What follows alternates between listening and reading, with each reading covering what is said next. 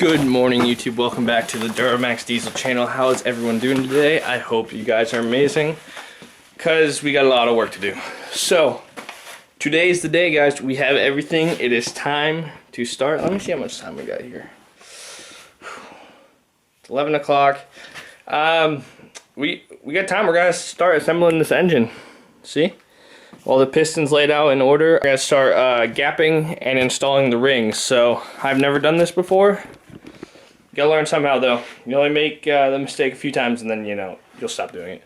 So, first diesel engine build. Like I said, we have to swap over this piston, so I found the best candidate out of the old block. So I'm gonna try and find the scale and weigh them just to see how far off we are. And I got my setup here to grind the rings. So I don't have a ring grinder, but basically you want a flat bar file. Just go down each side of it, grind the ring down until you get the right width. So we'll go over everything of that. We got, all the information here. This is a Haynes manual. Some guys don't like them. Obviously, I'm not a performance builder. This isn't a performance thing, so it'll do the job for me. It's a learning experience, So we'll get started here and hopefully have this motor, like, at least bottom end assembled today. That'd be freaking awesome. So let's get to this so we don't waste any time. Alright guys, so this is the piston. We're going to swap over to this one. Now I'm really hoping that the weights are the same. I'm going to try and weigh them. They're all the same. They have different casting numbers on them, so they should be fine. But basically, I'm going to lay the rods next to each other the same way, so that way the piston goes on the rod the same way. I don't mess anything up and swap it, but we're going to go over that real quick. So you got to snap this ring out of here. We're going to pull the wrist pin out of the piston. So there's a little snap ring right there. So you take that out, pull the wrist pin out, piston should come off, and redo the same. Now I suggest if you're ever building a motor, obviously do new bearings and all that jazz. So, like I said, not a professional. This isn't a professional build. I'm not going for 1,000,000 horsepower. I'm just trying to get my truck back on the road. So I don't advise don't do exactly how I'm doing, because I am skipping a few, I wouldn't say important steps. It'll run. How long, who knows? That's the chance you take when you're doing it like this. But this is to get it back on the road. So, if it lasts 6 months, it lasts 6 months. This is my first build, we'll only go up from here. So we're going to swap that over. You pull the wrist pin out, swap the piston over, and then that's it.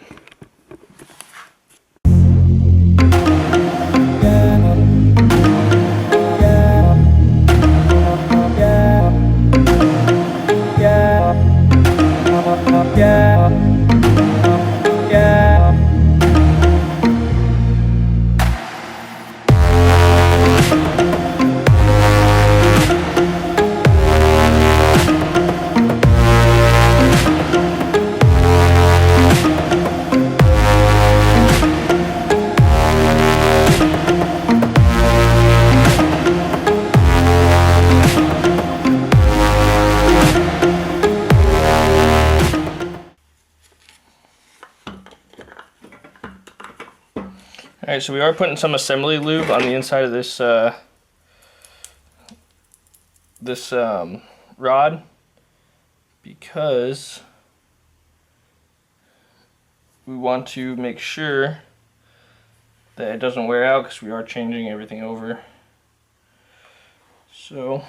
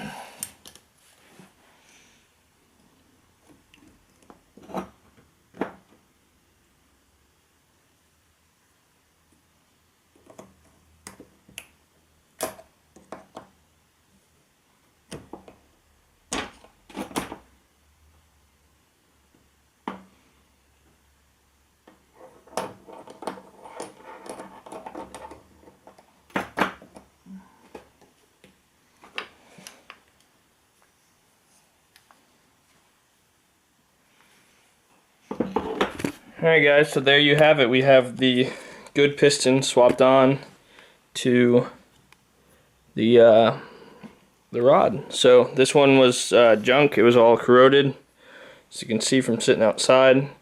So hopefully that doesn't cause too much of an issue, but yeah, it's the first time I've ever done that in my entire life. So guys, we are learning a lot together here.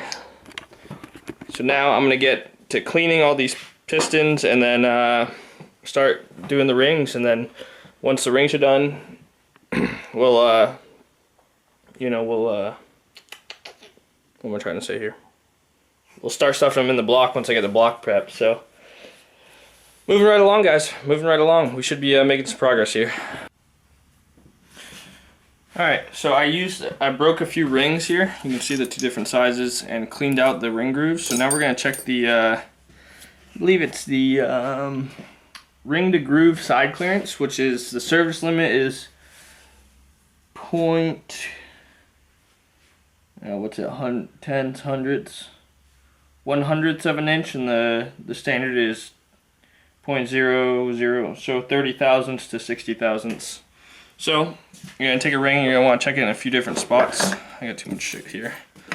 So we'll start with, we'll go 5 thousandths.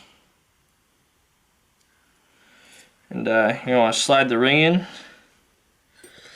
And it's pretty tight. Might need to clean it some more. 'Cause I can't even get it in at all. So I'd say it's a pretty tight ring clearance because I can't even get it in there. So we'll maybe go down to I think 0.04 is the smallest one we got here. So I'd say that's good. You're supposed to check it in a few spots though, so we'll roll it.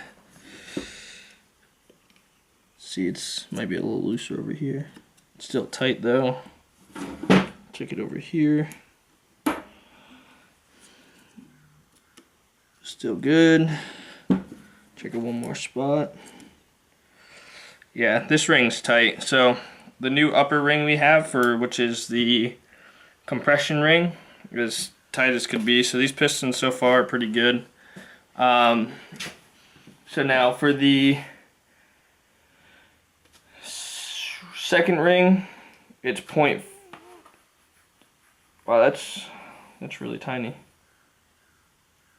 4 thousandths is the limit for the service limit, so this one should be even tighter, I guess, is what it's saying. So I'm gonna have to go see if I can get a smaller feeler gauge. Okay, so I found a 001, which would be 1 thousandths, which is right in the standard limit. So,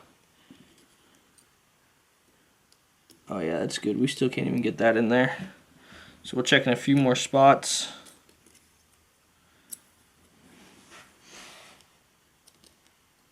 Yep.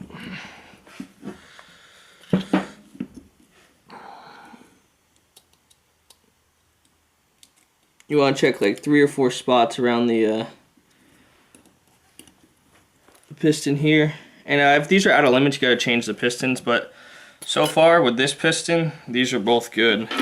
The last one is going to be the oil ring, which is the same as the ring before. Its service limit's a little greater, but we will. We're still going to use the one that's within the standard operating limits here. And this third ring, there is like a ring here that's not used, it's just like a gap.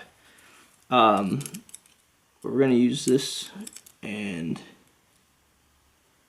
right here it's good. It's good there.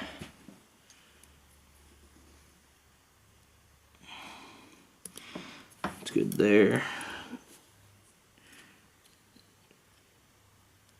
It's good there. And just so you guys know, these pistons came out of like a bone stock work truck. that had 300,000 miles, and they were like, clearances are within like factory service limits. So we're gonna start installing the rings, and there you go. Now you know how to check the rings. So we got the 3 I just tried to put on there. We got this, we got our book open, so we're gonna go over the end gap clearances, which is right here when the piston is pressed together. So when it's closed, we'll check those, and we'll keep going. We gotta do this for every single piston. So now we are doing the ring end gap, which is the gap right there. We're gonna test it. So the way you're gonna do this is you're gonna set it in the correct, oh sorry, way off here. It's gonna be really hard to do with one hand, but anywho, you're gonna set it into the piston bore like such. And to make sure it's square, so just like that. We're gonna take the piston that has no rings on it. I'm gonna place it on top of the ring. We're gonna slide it down.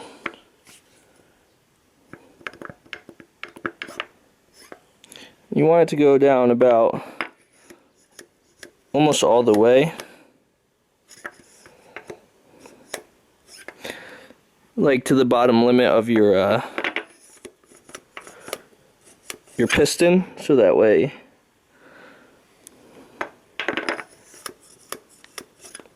it gets the full, you know, it's the full cylinder bore, so that's the lowest part. So there, we got it about most of the way down. Now we're gonna take a feeler gauge. I'm pretty sure it's up to like, oh, I thought that was a crack. I was about to be worried. I'm pretty sure like 5/100ths of an inch was the limit. But anyways, you're gonna put the feeler gauge in there. See, this one doesn't even fit. I think the service limit has to be more than 11/100ths. Or thousandths, yeah, 11/100ths. So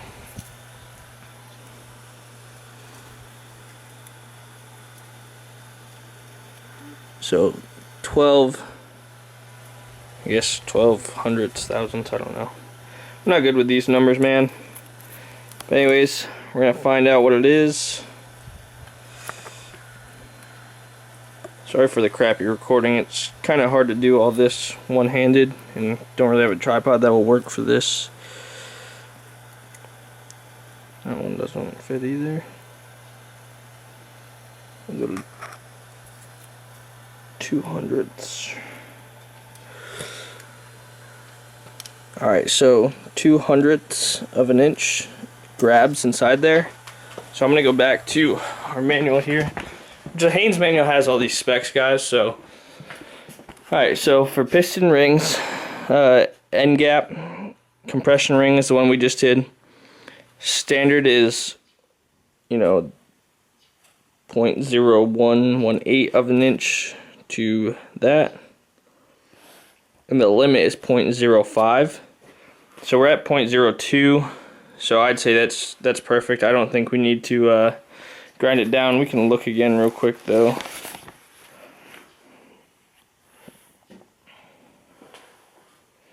Yeah, if ring gap is too small, it may be enlarged, but it's within limits. So that's what we're gonna do. We're gonna do the same thing for every ring, on every cylinder, on every piston, and make sure you do it on the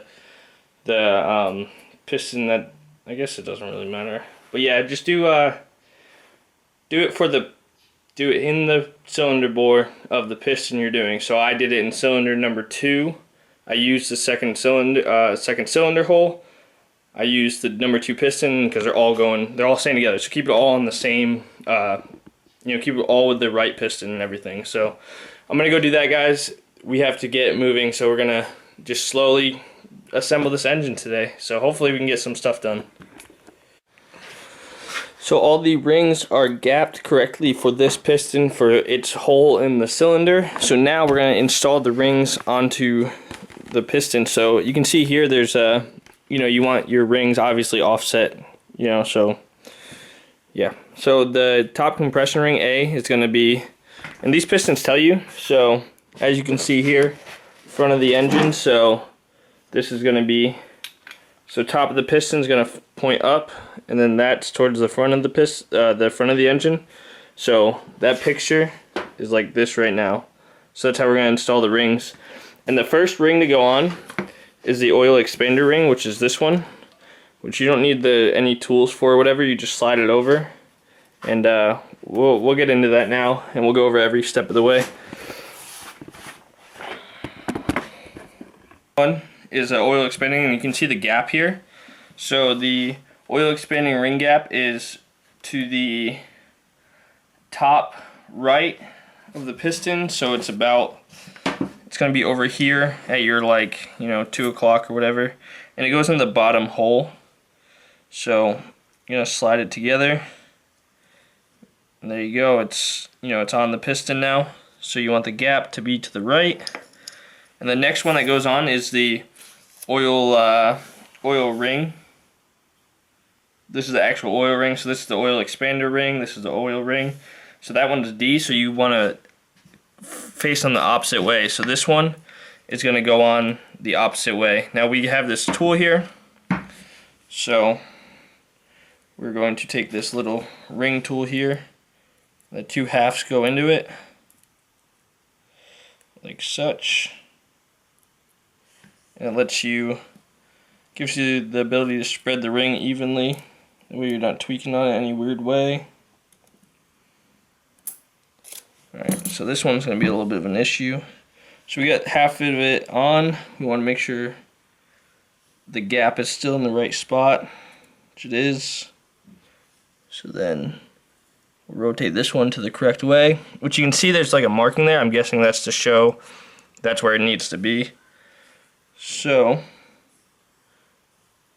we're going to place this ring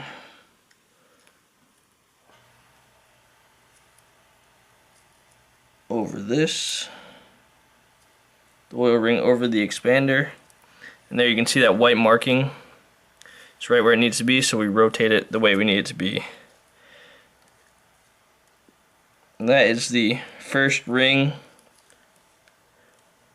installed on the piston at the right angle. So now the next one is going to be the second compression ring, which is the smaller. And this one is actually, I have to double check something. I want to make sure there's no specific way that the oil ring gap has to go on. The oil ring has to go on. So they said this one is usually stamped with a 2N. Oh, this one actually says top on it. So it's probably going to be really hard to focus, but right there. Let's see if we can get it in there. I don't know if you can see it or not. Anyways, it says top right there in small writing, so that's going to be the top part. So this ring, second compression ring, C, is going to go top piston, front of the motor. So this one's going to go about, what would that be, 4 or 5 o'clock or whatnot. So we'll place the ring in our tool here,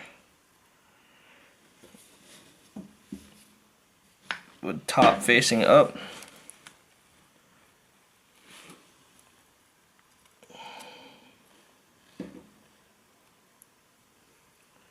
So you're going to want to make sure that it is in fact in the groove. You can just kind of work it away, work it around. So there we go. So that is the second ring installed there. Groove going down. So the last one is the main compression ring. This one doesn't appear to have a top or bottom mark. It's just square. So we're going to place it in our tool here. And this one is going to the 11 o'clock position on the top ring.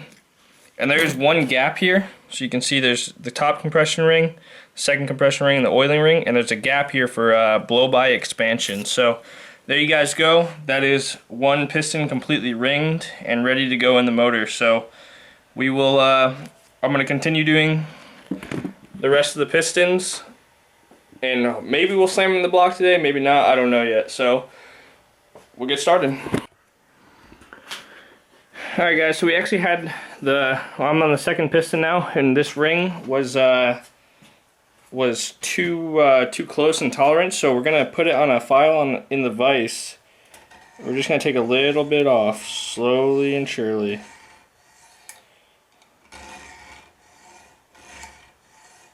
You don't want to do too much, just a little bit at a time.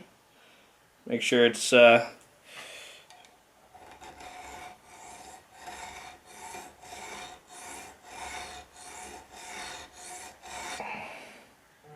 I'm just looking, I see where the original metal was, so I'm just gonna take it down until all that's gone. And now we're gonna go do the same thing and go check it in the pistons like we did, but this is how you would file it down. I don't have a ring grinder, so this is the alternative, the old school way, I guess you will. So just file in a vise, grind it down, go check it, and make small adjustments. Alright guys, we have every piston ringed, gapped, ready to go. So we have new ARP hardware.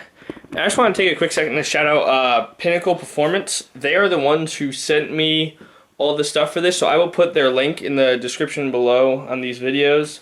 They're the one who sent me the rings, the bearings, and the ARP hardware. So they're helping me out big time on this. We're getting everything put together. That's going to do it for today, guys. I'm probably going to edit this video. I'm probably going to keep going today, like cleaning the block and all that stuff, but I want to get at least this video up so I can keep, you know, like a video a day, because if I go too far, I'm not going to have enough time to edit and get this up. So I'm going to start uploading this, and basically we'll start rolling into the next video and assembly tomorrow. I need to finish the head still, but basically it's reassembly time, guys. So we got everything set up, ready to go, and the blocks out here, we cleaned all the cylinders. What I have to do is just, you know, clean off the crank, clean off the cam, because I got some shit down in there. And basically, I'm going to prep the side of the block a little bit. I got to do a few small little things, like fix this for the twin turbo bracket, the oil line, clean everything out, basically. And then after that, guys, it's full assemble, stuff in the truck. We have this head studs, everything. So we're moving right along, guys. Like I said, I'm gonna get this video up, and I hope you guys enjoy this video. This is like my happy place now. I tell you what, building engines is where I want to be in life. So if you like this video, drop a thumbs up. If you're new here, please subscribe, guys. We will keep going. We're gonna get this build done, and I'll see you later, guys. Thanks for watching the Duramax Diesel channel.